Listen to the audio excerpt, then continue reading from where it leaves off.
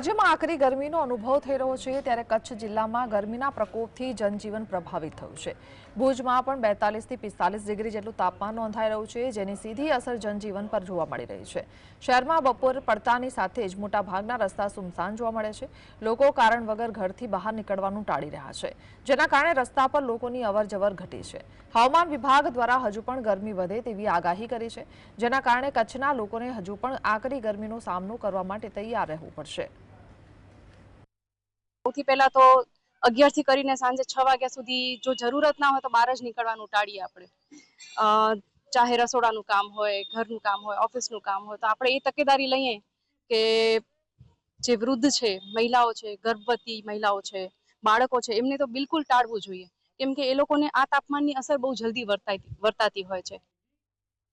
સવારે 7:30 વાગ્યાથી કરીને સાંજે 7:30 વાગ્યા સુધી કન્ટિન્યુઅસલી આપણે ગરમી ફીલ કરીએ છીએ। તો આપણે હજી આપણને ખ્યાલ છે કે આ એટલી ગરમી જે છે 50 ડિગ્રી સુધી પહોંચવાની છે। તો આપણે છોકરાઓ માટે ને મોટાઓ માટે બહુ ધ્યાન રાખવું જોઈએ। આમાં આપણી બધાની બહુ હેરાનગતિ થાય છે।